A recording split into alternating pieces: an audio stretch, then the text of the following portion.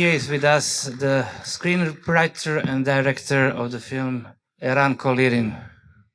Hey, thank you. Thank you. So to start, I'll ask you the question, when did the spark came when you decided, okay, I'm going to do this film? What was the initial... Well, actually, it's based on a book, and the writer of the book, Saed Kashua, is a Palestinian writer, and he approached to me with a producer, and said, "Do you wanna adapt my second book, Let It Be Morning, to the screen?" And there was actually something there about the basic situation where you don't have anywhere to go, this kind of Kafkaesque, and I could see the poster of the film inside my head in some way. I feel that sometimes when you have a story that brings a certain image, then for me it's very important. Well, if you could say what is the main theme of the film, we were talking about forgiveness. Yeah, I think, I'm always trying to find like a word that would describe the film. And I remember when I was writing and I got to the scene of Abed in front of Naima's window, and he's saying like, "I want you to forgive me." I remember while writing it, I felt that, okay, that's the grain of the film, forgiveness. And then when Ihab Salame came, and he's the actor who plays Abed, we had our first rehearsal, and we did this scene, and he did it so beautifully. And I really remember going back home from the rehearsal room and thinking that, okay, I have it. I have the film in my hand somehow. Yes, forgiveness in personal and in global. It also has a metaphorical value. Some sort of acceptance of something. Yeah. Well, what I personally appreciate by Eran's filmmaking, maybe all of you can remember his one of the best, let's say, films of the 2000s. I like you, Ben's Visit. It was in cinemas in Croatia. And it's always this, let's say, humor, tenderness, realism, and actually activism at the same time, I would say. I hope, yeah, maybe. I don't know. I don't actually use all these terms. At the end of the day, I try to follow something that is there. I wanted to tell you, because you maybe don't know, the whole cast is Palestinian. Is Palestinian. And how was it?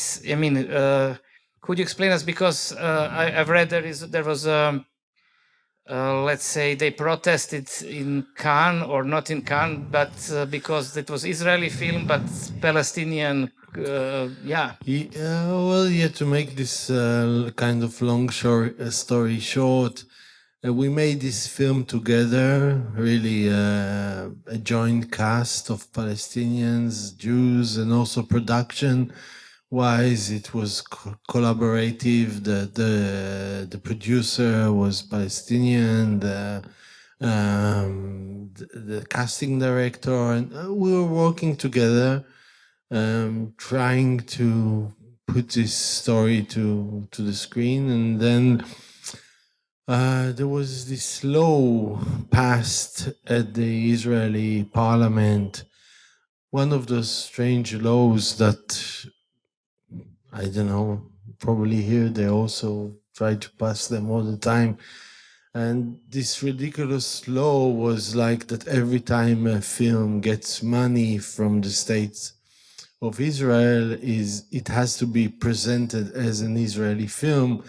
And of course, the Palestinian cast were like, okay, but we are Palestinians, you know, why should we present? And, you know, I also thought that this was a problem, and we sat together and we just decided on a certain protest. I mean, first of all, it was the decision at Cannes not to attend the festival, and giving out a statement saying we support the film and we like it and we love it, but we are not going to present it as an Israeli production, which was a statement that I basically supported because, you know, it's one of those odd questions. I mean, a film as itself doesn't have an identity. Yeah. I mean, it's like a chair or it's like a table. It's not a Croatian table, you know.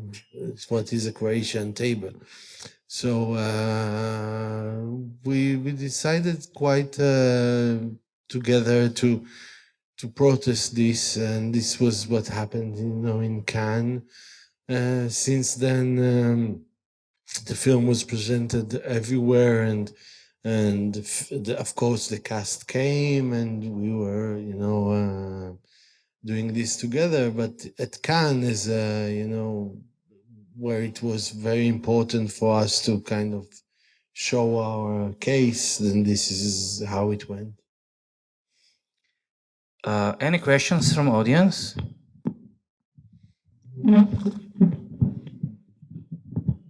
Yeah.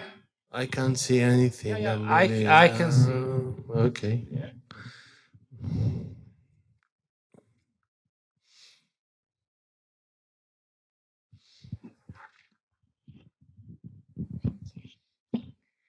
Hi, I just wanted to say thank you so much for sharing this film with us this evening. Thank you. So I understand that this is an adaptation of a book, but I wanted to ask you about your choice of imagery, in particular flight through the white doves, the music, the kite. If you could just say a few words about that. Yeah, when I started to adapt the book to the screen, I was looking for images that would somehow support the inner truth in the book. Books are different from films, you know. Sometimes the writer can write a lot of his personal thoughts, but you cannot really see them when you need to adapt it to the screen. So I was looking for those strong images that would, you know, walk along with the film and give it some sort of feeling.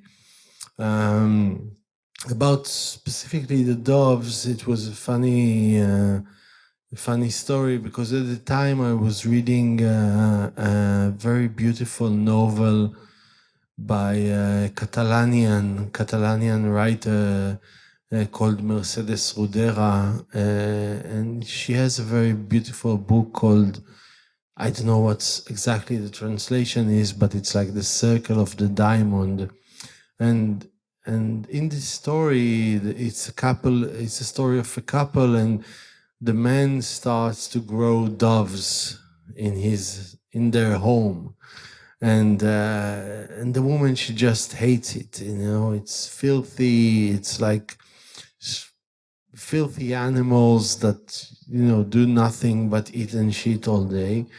And I really love this playing with this beautiful image of like what we call the white dove, and then just demystifying it as, you know, just those creatures, or that they want to eat, they want to, you know, do whatever, but they don't necessarily have to go with the idea that humans have about what is like to being a white dove. I mean, I guess the idea that the human has about white doves is like very different from the idea that the white dove itself has on itself, you know. So that kind of got me going to have this scene in the wedding and having those doves just laying on the ground, being there, never really wanting to fly anywhere. And I mean, this is the process of the film, kind of translating those abstract ideas into things that you can actually shoot. Thank you. Welcome. Oh, there's someone here.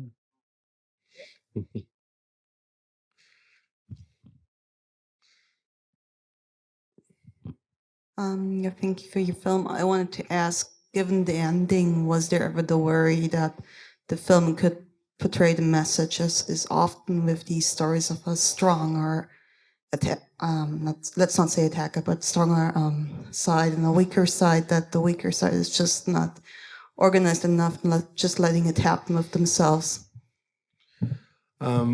First of all, there's always like, you know, I understand your question, but can it be interpreted in that way? That's your question, basically, I guess.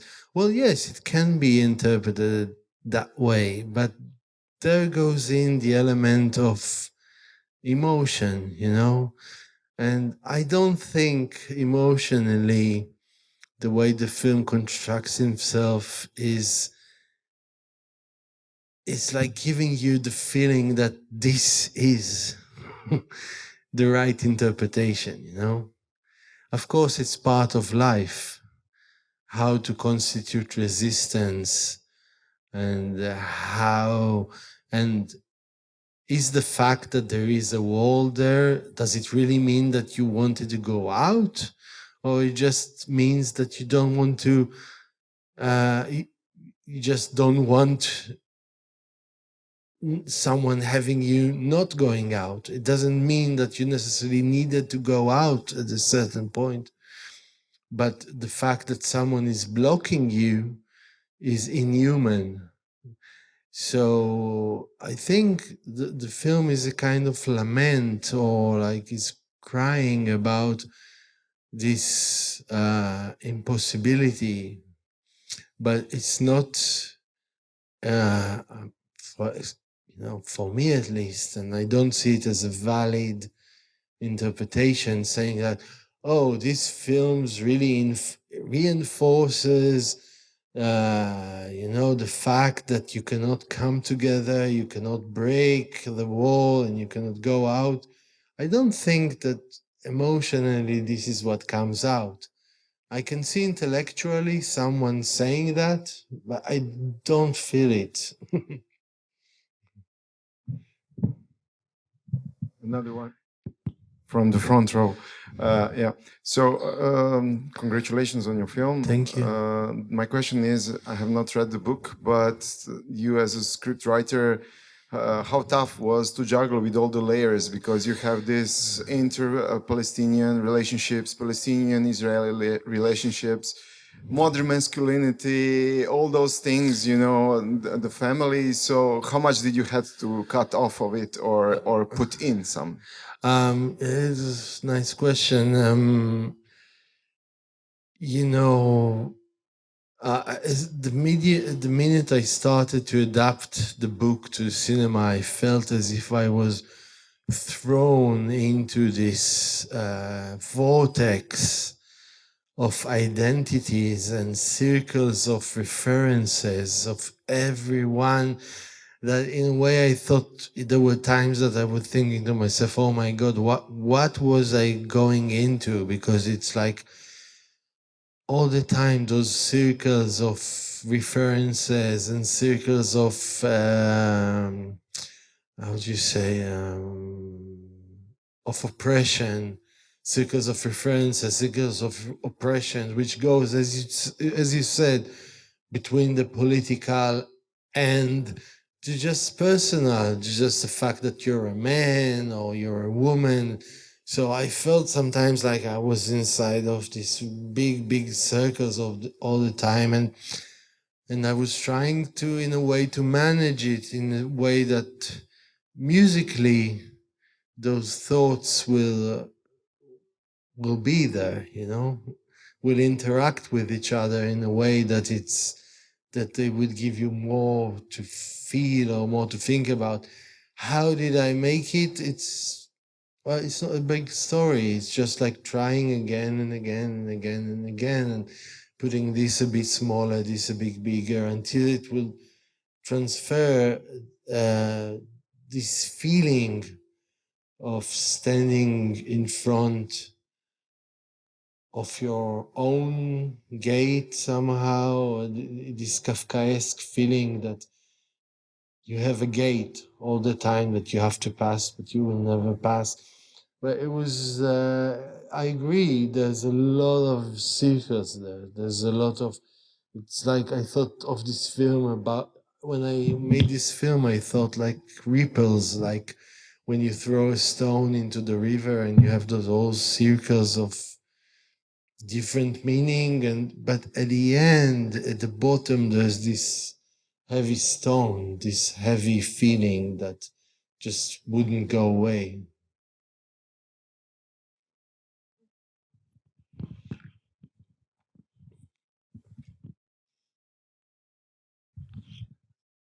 Uh, Please, dear audience, do not forget to vote. You're telling vote. it all the time. I want to have prizes. No, we There's don't money, want prizes. there's We don't- money, no money. No, only Oh, honor. I don't- Tell me, Eran, don't you were care. editing the film for 1.5 years. It was a pretty Yeah. long process.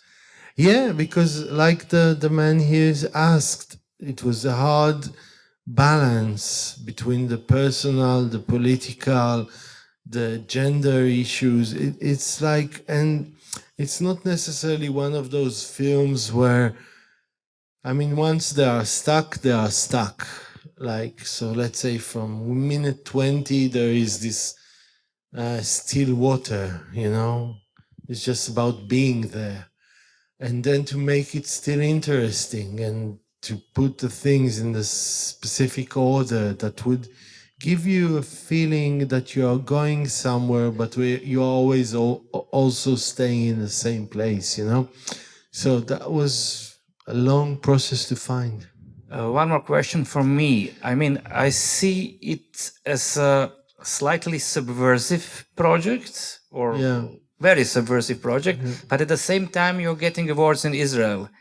How does it work? I mean, it's... Well, I think that there's something about cinema generally. I mean, there's those radical per se works, okay, which are like a very, they go on political, but the problem is that the general publics, they don't see them, It's like people are talking to themselves. So when I make a film, I try to make it also, there is the Jewish audience that would look at it, there will be the Palestinian audience that look at it, and there is, I feel, some sort of commitment to connect, to be funny, to be, in order to make some kind of conversation at the end of the day, which is whatever you said, this nice subversive. word. Yeah, exactly. You know how to say it. To have this emotion in it, but still, I want it to be like a sweet, poisoned candy, So you put it in your mouth, oh, it's nice, and then it goes down, and you're like, oh, there's something else here. So, and of course, also in Israel, there's different, same way that you would have in Croatia, Serbia, wherever, there's different kind of people, there's different kind of attitudes. It's not like everyone completely are on the same page. A lot of them are on the same page, but there are some who are not necessarily on the same page. And I think in a way the function of cinema is to walk on those border lines, not necessarily go where everyone are very, secure with what they think, but to act. So it's like a borderline film in a borderline area of identities and of thought, which for me, I just feel comfortable walking there. Eran, thank you very much. Thank you very much. Thank you. Please don't forget to vote. Vote.